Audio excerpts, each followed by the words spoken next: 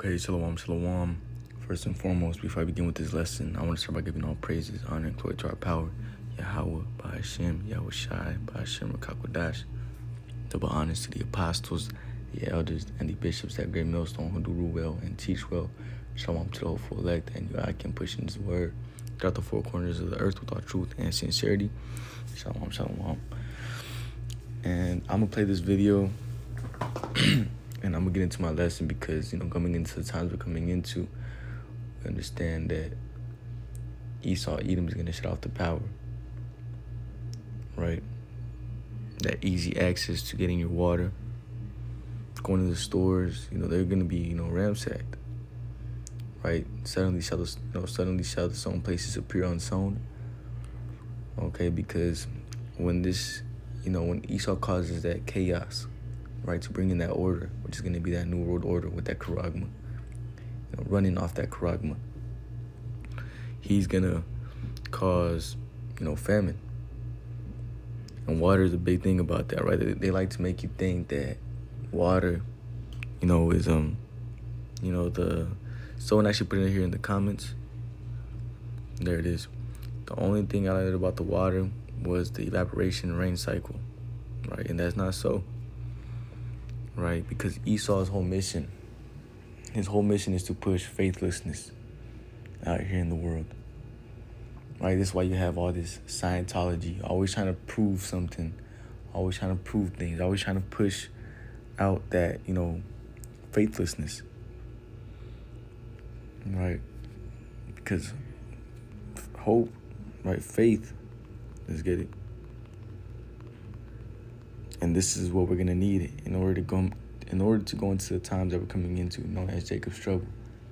And faith is gonna bring in that miracle mindset. This is Hebrews chapter 11 and verse 1. Now faith is the substance of things hoped for, the evidence of things not seen. All right, we haven't seen these miracles for ourselves. No. We haven't seen how the Lord is gonna provide for us, but we read about it and we have faith in it. Okay, and Esau's whole mission is to push faithlessness. This is Habakkuk 2 and verse 4. Behold, his soul which is lifted up is not upright in him. And this is speaking about Esau, Edom. Because when you go down, it starts to explain more about that man that has his soul not lifted upright in him. But the just, the elect, shall live by his faith. You see, his soul is not upright in him. And then I'm going to play this video. And this struck, that account in Exodus when the Lord struck the rock, or when Moses struck the rock. Yeah.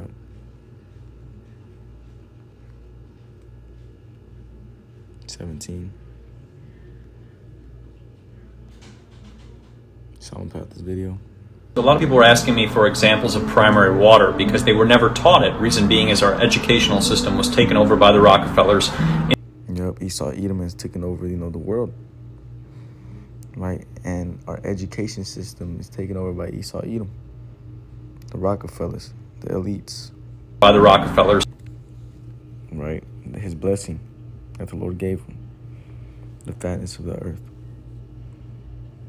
In the 1900s, and then the media was taken over by Operation Mockingbird in the 1960s. Yep, the ish people, the little hat guys, those that claim to be, the people of the Bible, but are actually the synagogue of Satan. So both systems do not teach about primary water, which is right here. This is the combination of hydrogen and oxygen coming in from inside the earth at a volcanic pressure to create brand new water, living water that does not contain fluoride, that does not contain arsenic, that does not have pharmaceuticals or drugs or anything inside of it. It's pure. And that's why back in the day when they were going into mines and they were trying to mine, for example, copper or gold or silver, whatever it may be, these mines would actually flood out. They would have to get pumps to try to pump out the water because the water was just coming in through the walls because there is so much water underneath us. But the media will always try to put the fear that we are running out of water. And that's one thing I give, when things crack and we have to become pilgrims upon the earth, don't think for one chance that the Lord is not going to guide your steps to lead you to, water, right? Food, right? Clothing, How when you read Matthew the 6th chapter, think not what ye shall drink, what ye shall eat, or what ye shall put on. Don't think about none of that. Just go and flee. Right? They start putting all this drought stuff and that we're running out of water. And then now, because we are running out of water, supposedly because we are supposedly using it all up, they're trying to usher in, for example, water police, water taxes, and all these water, basically, restrictions. So and that's all about, the charagma. That's all that's about, the sea hip. Because they want to control, how much, you eat. Your carbon outtake and intake, right? that you can't grow your own food, you can't water your lawn, you can't wash your car. So it's important to be aware of primary water, the water you have never been taught about, at the primarywaterinstitute.org, so that you can remove the fear and never live in the fear that we are actually running out of water. And, that's furthermore, Yahweh Shem Yahushai. Because not only is the Lord going to guide our steps to, stumble upon, right, water sources that are built like this, like that's in the video. So a lot of people are asking me for examples of primary water because they were never taught. But he's also going to cause miracles in the times to come. That's going to, bring in, water and food. Right. This is 2 Timothy 1:7. For the Most High has not given us a spirit of fear, but of power and of love and of a sound mind. Going into Jacob's trouble, you read the book of Sirach, and it says, make not haste in the time of trouble. Hey, the Lord said this. Let me get this before I get, Exodus, and from there, we'll close on out. Let me get this.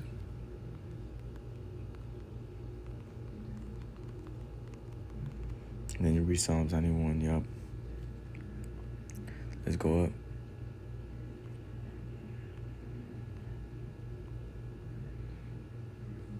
This is Job 5:17. It's like it. Yep, 17. Behold, happy is the man who the Most High correcteth. Therefore despise not thou the chastening of the Almighty. For he maketh sore and bindeth up. He woundeth and his hands make whole. Because that is how he's building you up. Right? I would try thee as gold is tried in the furnace. Right, verse 19, he shall deliver thee in 6 troubles, yea, in 7 there shall no evil touch thee.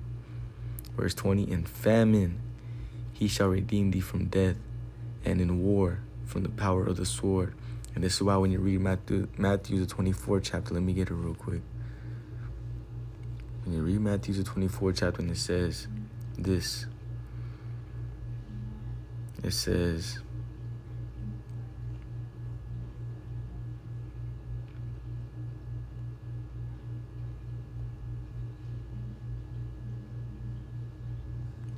it's a lot here.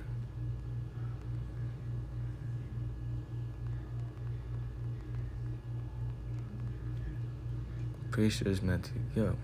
Okay, there it is. Matthew 24:6. And ye shall hear of wars and rumors of wars. See that ye be not troubled. There's a reason why that was laid out right there. For all these things must come to pass, but the end is not yet. Why? Because the elect is going to make it through this. This is another reason why the Lord, Yahweh Ba'ashem Yahushai, Yahweh being the name of the Heavenly Father, who the world ignorantly calls God, and His Son, the intercessor, Yahweh Shai, how we get our prayers, to the Lord, is, His only begotten Son, who you people ignorantly call Jesus. His name is Yahweh Shai. He delivers or He saves, right? And Yahweh He exists. He is. But that's why when you read that, that's laid out that way, because what? He shall deliver thee in 6 troubles, yet in 7 there shall no evil touch thee. In famine he shall redeem thee from death, and in war from the power of the sword. Verse 21, thou shalt be hid from the scourge of the tongue, right? The persecution that's going to be put upon us by Esau, Edom. Neither shalt thou be afraid of destruction when it cometh. Verse 22, look at this. At destruction and famine thou shalt laugh. Neither shalt thou be afraid of the beast of the earth. We're going to be walking through. And this is, you got to believe in this. You read this and, shit cracks and things start to happen. And now it's time to really apply this. You read about it, you heard about it, and now for some reason it just all goes out the window. No, man, you had to believe in this all the way. That, hey, if I gotta flee into the wilderness, or whatever wilderness it may be for you, right? Because we're in a desert biome. You got brothers that live in a tree place. You got brothers that live in, the forest, and so on and so forth. Nonetheless, even in deserts, the Lord is gonna look out for you, man. We believe that, right? Because how do you think at destruction and famine we're gonna laugh? When you read the book of Psalms, and neither shalt thou be afraid of the beasts of the earth. We're not gonna worry about these animals. Okay. And this is why, I will make a man more precious I'll make a man more precious than the best gold of Ophir. Right? Than that fine gold of Ophir.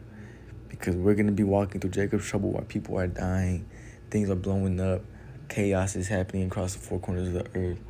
People are fighting to not take that charagma, but don't have that faith built up to, dodge it. Right? They're going to be looking for a man of Yahweh Bashem Yahushai. Actually, let me get the GNT.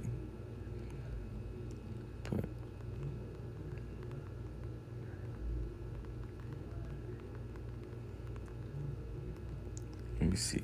Yep, and the NLT. This is Psalms 37 and verse 19.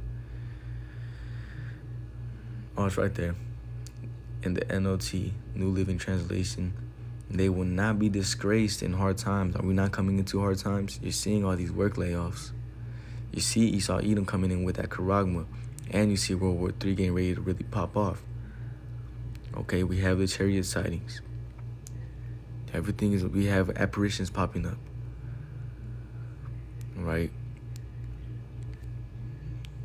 And we have talks about, power outages, EMP attacks. Right? Psalms 37 and verse 19, they will not be disgraced in hard times.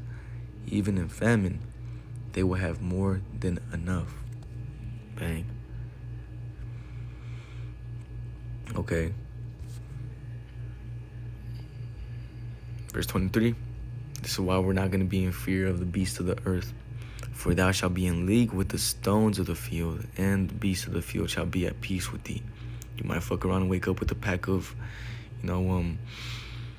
wolves around you, and they're just sleeping and chilling. They're guiding you to a food source.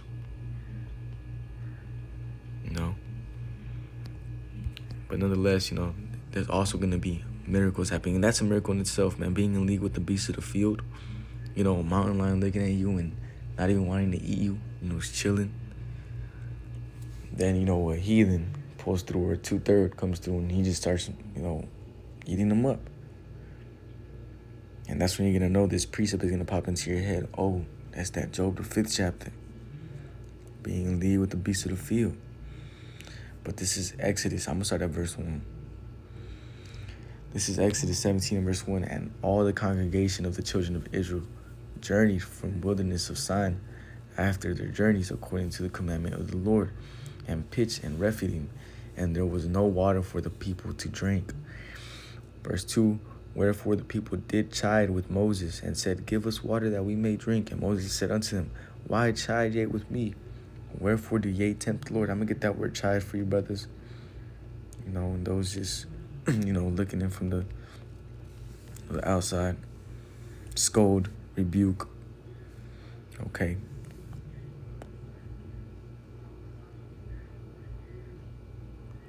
There it is. Reprove, criticize. Damn, bro, when are we going to get water, bro? You've been saying the Lord's going to do this, that, and the third. How are we going to drink? How are we going to eat? How are we going to clothe ourselves? And that's even thoughts that come upon, our heads.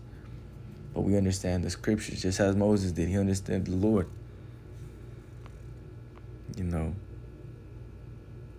And the word is Yahweh Bashem Yahushai. Right? You see, give someone a roasting. They roasting, Moses. But why are you talking about? We're going to get water, this, that, and the third, but yada, yada. Right, so telling just mocking, scoffing, scold, reproach. lecture. Damn, bro, we should just go back to Egypt, man. I don't think we're going to get water. I don't think the Lord's going to feed us out here. Like, wherefore do ye tempt the Lord? Why y'all tempting the Lord, man? He got y'all. Relax. Chill. Yeah, you may not eat for a day or two. Relax. He's going to come through. That's that kind of faith we're going to have to go through. Verse 3, and the people thirsted therefore water, and the people murmured against Moses and said, wherefore is that thou hast brought us up out of Egypt to kill us, and our children and our cattle with thirst? Telling Moses, damn, did you bring us out here just to kill us, bro? To starve us to death, us, our kid and our cattle, our livestock? And Moses was like, damn, you faithless ass motherfuckers, bro. And Moses cried unto the Lord, saying, what shall I do unto this people? They be almost ready to stone me. Damn, these dudes already, we only been out here for 12 hours, and they already getting ready to kill me. Verse 4, and the Lord said unto Moses, go on before the people, and take with thee the other elders of Israel, and thy rod. Wherefore thou smotest the river, take in thy hand and go. Verse 6, behold, I will stand before thee, therefore upon the rock in Horeb, and thou shalt smite the rock, and there shall come water out of it, and people may drink.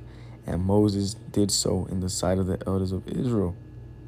Verse 7, and he called the name of the place Massah and Meribah, because of the chiding of the children of Israel, and because they tempted the Lord, saying, is the Lord among us or not? And that's, something ourselves going to have to, go through in the time of Jacob's trouble. You cannot go into Jacob's trouble wishy-washy.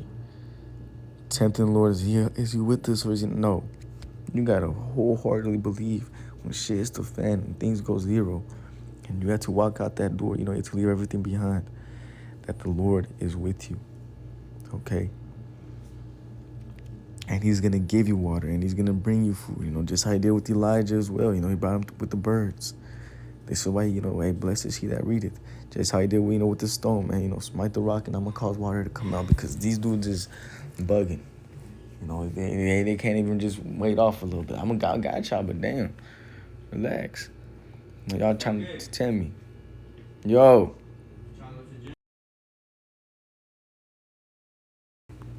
That's how they were.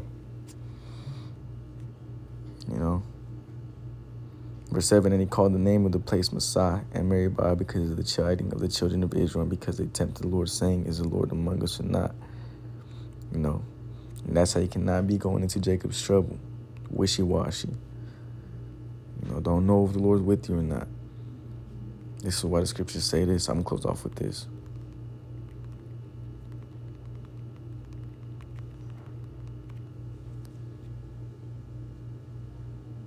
This is Ephesians 6 and verse 13. Wherefore take unto you the whole armor of the Most High, because when you read Romans, the carnal mind is enmity with the Most High. The battle is not a carnal battle. We're not going to defeat Esau, Edom with guns and weapons. We're going to defeat Esau, Edom with our faith. Wherefore take unto you, because it's actually, let me read up. Verse 11. Put on the whole armor of the Most High, that ye may be able to stand against the wiles of the devil. Oh, yeah, it's actually right here. So like it. 6:13. And you can read up too. Those are, 12 is good too. We wrestle not against flesh and blood, but against principalities, against powers, against the rulers of darkness of this world, against spiritual wickedness in high places. And, those high places are that education system, man. Trying to teach you faithlessness, trying to teach you things that are going to push you to, oh, damn, we are running out of water. Or damn, we are being overpopulated. Look at the stats and the info. That's Esau, Edom playing with the minds. That's, spiritual wickedness in high places. Right? But the word is, strong to the pulling down of strongholds. And those are strongholds, the images of the Lord. Faithlessness. The ways of America, Babylon the Great. Okay. Verse 13. Wherefore take unto you the whole armor of the Most High, that ye may be able to withstand in the evil day, and having done all to stand. And let's read on about that little, it's like not little, but let's read about that armor. Verse 13. Stand, Salakia. Verse 14. Stand therefore, having your loins girt about with truth. Look, you see, this is not us going gathering up some damn armor from, your ammunition shop, your gun shop. No. Stand therefore, having your loins girt about with truth, and having on the breastplate of righteousness. This is your armor right here. Verse 15. And your feet shod with the preparation of the gospel of peace. Verse 16. Check this out. And above all, taking the shield of faith, wherewith they shall be able to quench all the fiery darts of the wicked. How is Esau going to come down with those fiery darts? Salakia. And you can't eat or drink if you don't come and, take this little device and come into our 15-minute city. You're not going to be able to get electricity. How you going to freeze up your food? How you going to get clothes if you don't come? Those are them fiery darts. And then it goes all, it's a lot more than that as well, but it's gonna trickle down to, a lot of other things, right? The media, the shit you watch, things they push out, their fake stats and all that. Right, verse 17, and take the helmet of salvation and the sword of the Spirit, which is the word of the Most High. And then here are some, tools you use during the times we're coming into. Praying always with all prayer and supplication in the Spirit, and watching thereunto with all perseverance and supplication for all saints. You see, and the scriptures also talk about having some demons cannot be casted off unless you fast and pray. Right? These are our guns. This is our ammo. Okay. So don't worry about when shit cracks and things go zero. Water. How am I gonna do this? How am I gonna do that? How am I yada yada? Hey, relax, man. Don't be like them dudes right, because we're leaving. We're leaving Egypt again. You read Isaiah the 30th chapter. Woe unto them that go down to Egypt for help. What is that modern day Egypt? America, Babylon the Great, and who are the rulers? Esau, Edom. Okay. So don't be in that spirit of, damn, how am I gonna do this? Oh man, is he with me or not? Like, no. That's not how you're going to be able to make it through Jacob's trouble. Okay? So, with that, I don't know if this lesson was edifying. I want to give all praises, honor, and glory to our power, Yahweh, Ba'ashem, Yahweh Shai, Ba'ashem Kakodash.